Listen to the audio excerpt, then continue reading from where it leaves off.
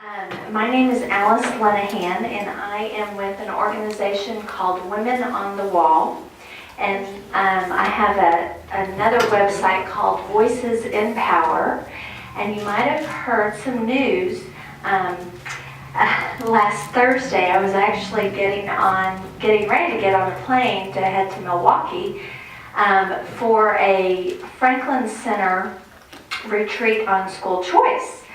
And I got a phone call from the Texas Ethics Commission letting me know that a complaint had been filed against me from Thomas Ratliff.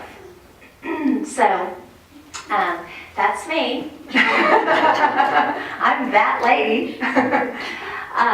So it was an interesting flight to Milwaukee in trying to get a hold of an attorney or somebody that will maybe represent me pro bono or panicking. But I think it all is we're still waiting to hear. I haven't heard back on whether the commission is actually going to do anything or if it was warranted. Basically, the charge said that with the work that we're doing, and especially with Voices in Power, my personal site, that we should be paid lobbyists. What? Yeah. Where's my check? But that's what I can't figure out, is I not getting paid. Actually, our tax return shows that I lost a lot of money. In Voices in Power, I go around training grassroots people to be the media in their local area, to help take information and not to take over the local media, because we do need good journalists. There are good journalists out there, but we do need eyes and ears and people to understand and know what's going on in our local school board meetings, in our local town hall meetings, and to get that information out. We are in a transformational time right now with new media, and so that's with Voices in Power. That's what I do. So apparently, the battle against Common Core and CSCOPE, I should be paid for, but I haven't seen that paycheck, and I don't know who's paying. So it's going to be interesting to see. Thomas Ratliff, I think, doesn't like me necessarily, because on Voices in Power we do, I did start a site called impeachratliff.com. Because as a mom in the state of Texas and as a taxpayer in the state of Texas, I don't take kindly to the fact that Thomas Ratliff is on the State Board of Education as an elected official and also a paid lobbyist for Microsoft. There are, in my opinion, conflicts of interest.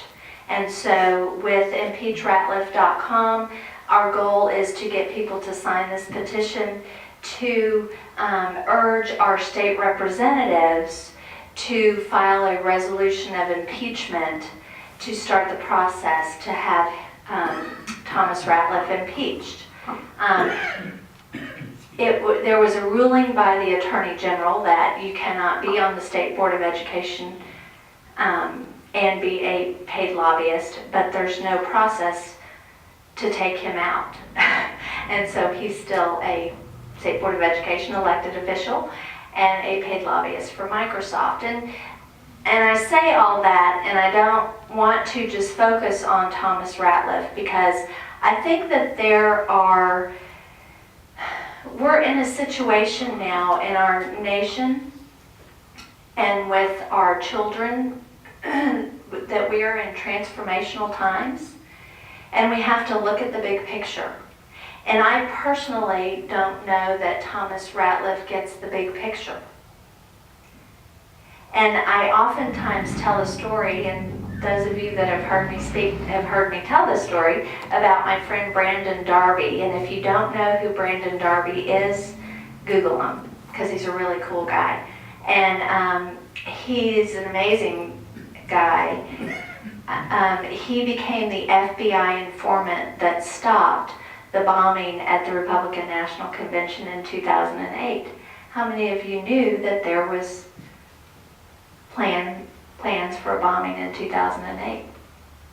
Well, there was, and Brandon Darby was a kid that ran away from home and lived on the streets in Austin and got involved with the far left, the far left, not Democrats, far left progressives. And he was in these meetings where they were talking about how they were organizing to do this bombing.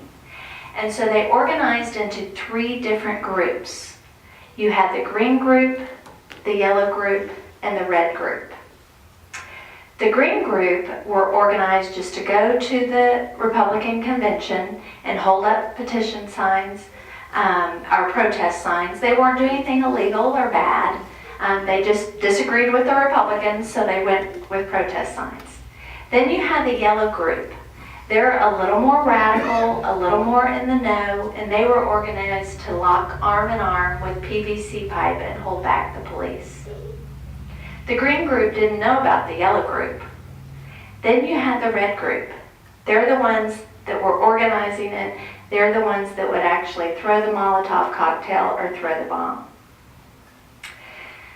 I had a meeting at Region 11 Service Center with Dr. Stillman, and they were trying to tell me how wonderful CSCOPE was and this online curriculum management system. And I said, listen, I know I've done a lot of research on CSCOPE, and you're not going to convince me. We're going to have to agree to disagree. But let me tell you a story.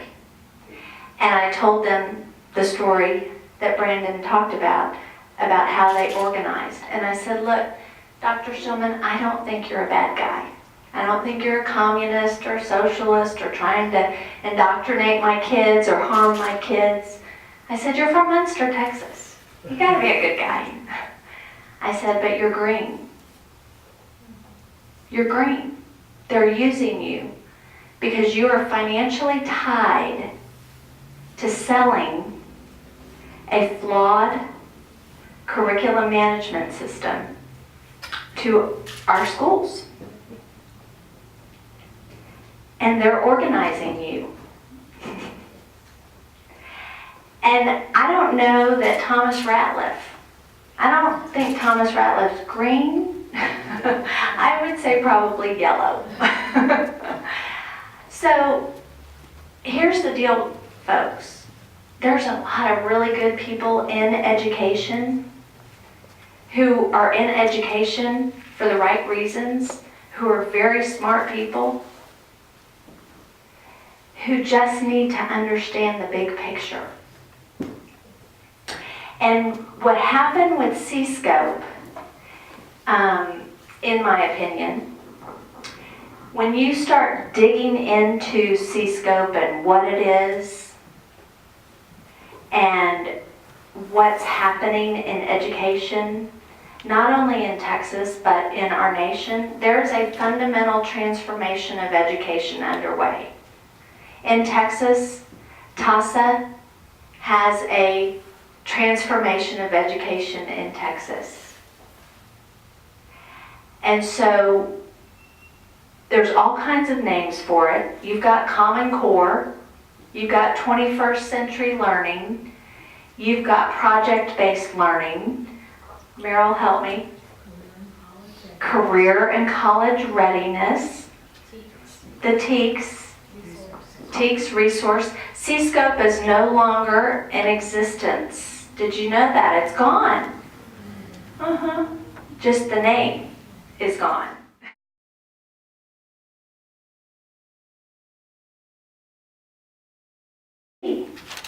Can I see the curriculum that you're using in our schools? Can I see the professional development, the manuals? Meryl tuned me into this. You have to look at the manuals. How are the teachers being taught to teach? Are they teaching from a traditional, foundational philosophy of education, which is what our Texas TEACS are? Or are they teaching from a collectivist philosophy of education, which is the Common Core, 21st century learning, all of that? You have to look at how teachers are being taught. And let me give you some good news before I introduce our special guest. Last night, this just made my heart so happy. In Brazosport ISD, we have a closed Facebook group, and there are over 400 parents and taxpayers in Brazosport ISD that have been working closely and asking and communicating with the teachers in their local school district. Last night at their school board meeting, that room was completely filled, not with just irate parents. It was with parents saying, "Can I see what you're teaching my child?" And the teachers showed up at the school board in silent protest against what they're being forced to teach.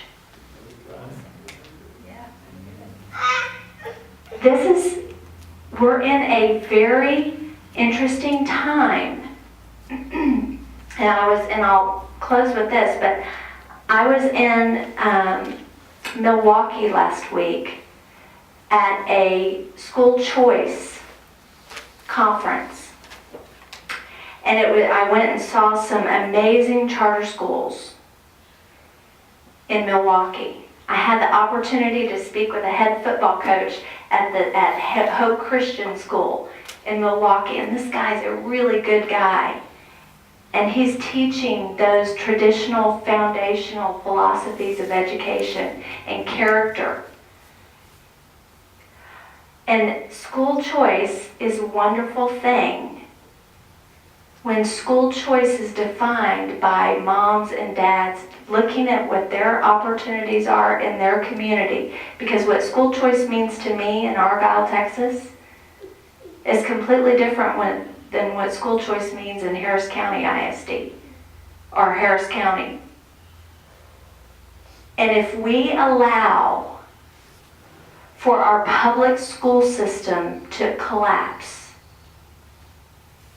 by allowing flawed curriculum to come in, by allowing corruption at the education service center level, and for a flawed curriculum management system to get in, and for people to be willing to sell this because they're tied to it financially.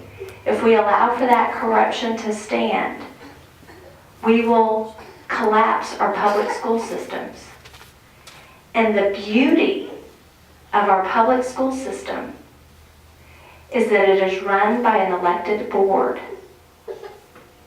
And if we have all charter schools, all charter public schools, and private schools, choice becomes no choice because they're beholden to whoever's giving the grant money, not the elected local school board.